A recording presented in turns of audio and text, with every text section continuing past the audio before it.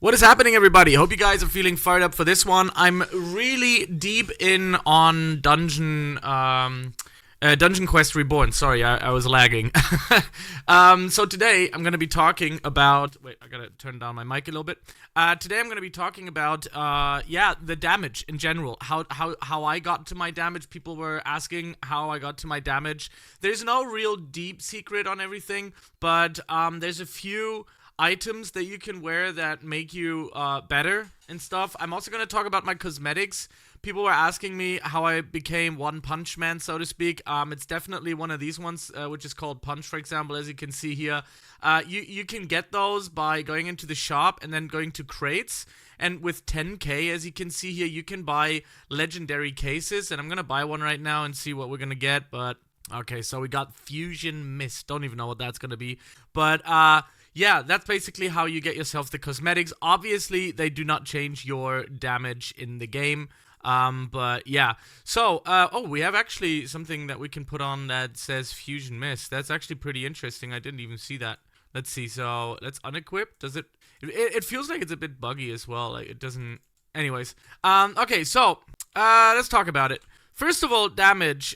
You gotta choose what class you want to be and what you want to do, first of all, right? Like, if you're a mage, obviously, your main interest will be going into the skills tab and putting everything into spell power. You might have probably already done that, and that's good. That's basically what you want to do. And the biggest change that you will be getting is in your gear, obviously, and what kind of spells you do, because the spells on its own, they do more damage than others, even though, for example, this one, the Phantom Flames, if you haven't watched my last video, I actually drew both of them in the same boss. It was like super, I was like, whoa, that's sick. Yeah, they actually, I'm still using them now. You get them in the Pirate Island, and I'm still using them now because they're just that good. In the early game to mid game, I think they are still one of the best skills that you can choose. So they actually boost a ton of damage. Really, really important. This is what they look like if you've seen them before. They're really good. They do a lot of damage. So let's go over there and do some damage. We're going to go to the dummies and we're going to see how much damage I do. And then the biggest part is gear, upgrading gear, and getting the right gear, which we're going to talk about in a second. So you always want the highest gear possible. I'm going to show you a little trick here in a second as well. But once we're in here, so let's use it. And you see, I do about 6 million. I crit some 6 millions in there as well. So that's actually phenomenal. That's really good. I can easily outperform the highest dungeon that I can play right now. So that's really, really nice. And a big portion of that is because of the skill. The skill is phenomenal. So if you do not have Phantom Flames, you're probably not going to do the highest damage. I haven't found a skill that does more damage than Phantom Flames as state of now. So one of the biggest changes will be the spell that you use in the end. Now, let's talk about gear. Now, I have pretty good gear, and they're very specifically made. So, if you go over here, I have a vampiric, I don't know, great staff, and I maxed it out always with spell power. And I do that with every single piece of equipment. That's super important. Every single piece of equipment has spell power on. Now, you have two different types of armor, or in general, like armor and helmets. One of them is like this, where that's like mostly equaled out, physical power, spell power. They are actually made to be put on spell power or physical power. Now, there are some other ones that are not equaled out, where they have more HP than anything else, and these ones are made for tanks, so you don't want to use those. Oh, I actually have 2 Ice Novas now. That's actually pretty slick. I'm trying to find one right now, but I don't think I have one. Usually it looks like just like 20 or something spell power and physical power, but it has a lot of health. Yeah. You don't want that. I mean, you could if you're a tank, but for me personally, my goal is to wipe out the enemy as fast as possible so they don't even reach me. That's my build that I'm using, right?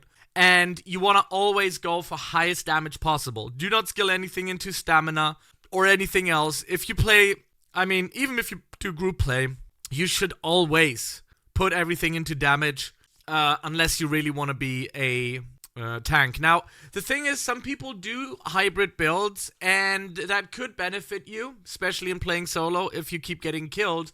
But here's one thing, guys. If you know how to kite and dodge enemies, you could technically run through every map in the game without getting hit once. So the best defense in this game is literally learning how to kite, is literally learning how to dodge people. Now, in my last video, I also talked about this. We're going to do a run here in a second. In my last video, I talked about this. First of all, let's take a look at my gear in general. I don't know if I've showed you all of it. So this is my gear, this is my gear, and this is my gear. It's a lot of spell power, especially for early on. So, yeah.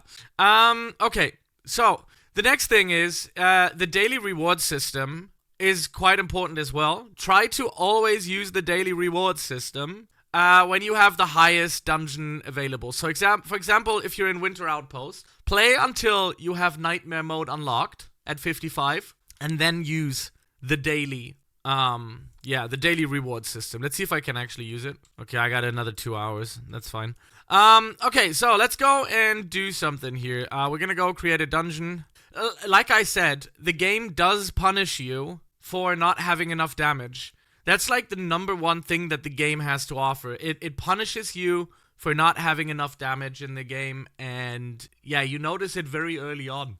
Ugh, sorry, I'm tired. I woke up like not even an hour ago. And yeah, so let's do a little bit of kiting. Let's do a little bit of learning patterns. If you're mastering to learn patterns of your enemies, you're fine in this game. You do not die. So that brings us more into, let's see, so let's go and do that. And I know that they start off by doing these lines. So I start off from the left side, run to the right, like that.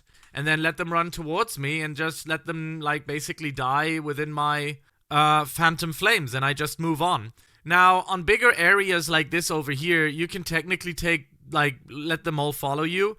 The issue with that is, though, that some of them are slow. Now, these ones are okay right now. Oh, that was close. And I usually go like that, and then just let them run into it. But you see, there's always people gonna stay left over. Oh, that was close as well. But right now, we haven't even gotten hit once.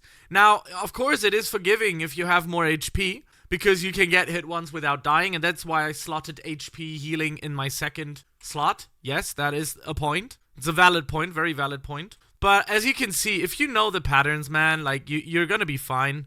And you're just gonna run through the map as probably easy as possible. And you're not gonna be in any sort of dangerous situation. So I'm just gonna do this, continue doing that. I think the hardest part is probably gonna be the bosses in general. Like, just going down with bosses might be or will be. But since I already know the patterns for the demonic overgrowth as well, I'm gonna be fine here as well. So let's just go run in. And then we're gonna go... Oh, I actually got hit there. Damn. I always do. I get hit here quite often with this guy. Oh my god. Another tip is not using shift lock. Using shift lock is really good for using your attacks. But when you're fighting bosses, getting out of shift lock is a little bit easier, a little bit better. I just to my feelings, you know. Everyone's different, but... So yeah, let's keep running.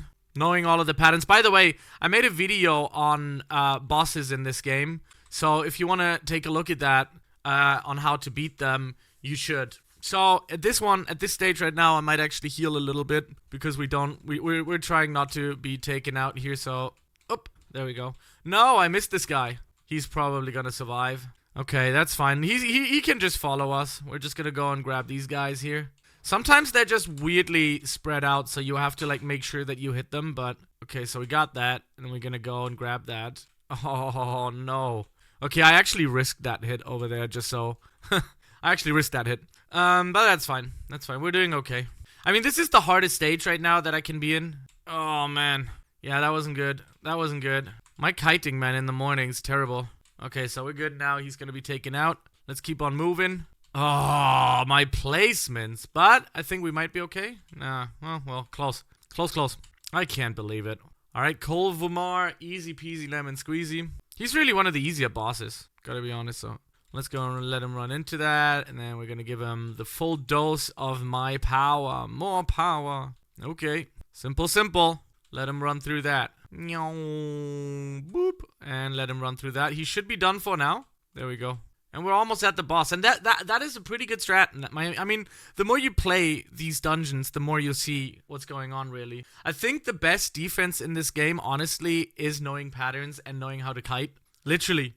That's the best defense. If you really do it well. I have a friend. I played with that guy yesterday. And he's so good at kiting, he never takes any damage at all. Like 0. He takes 0 damage. Like, who does that, right? In the hardest and highest dungeons. He takes 0 damage. He just never gets hit. And I'm like, dude, you have no life. For reals, man. Now we got Lord Azralik. Also pretty simple. But yeah, again, if you have a little bit HP, yeah, it's forgiving. It's forgiving. But if you become an absolute master at dodging patterns, then... oh, I get hit. But yeah, I'm gonna cut the video here. Because that's... well, you want to see the loot, right? We all want to see the loot. Fine. Fine. No, I'm not gonna cut the... I don't know what's going on, man. Like, I keep dying and I just don't do any hit at all. Like, I keep dying. I don't know. I'm just so not there mentally. So I have to just, like, kind of, like, really focus on this stuff right now. It's so annoying. I've been just getting hit and hit and hit. Yeah. I don't know what's going on with me right now. I can't finish it.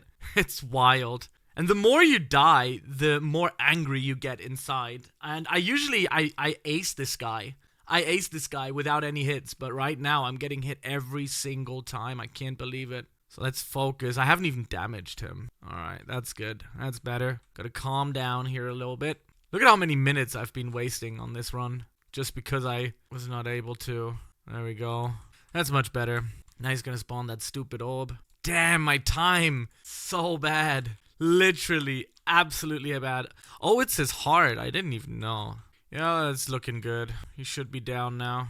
Oh, we actually got something good here. It was worth it.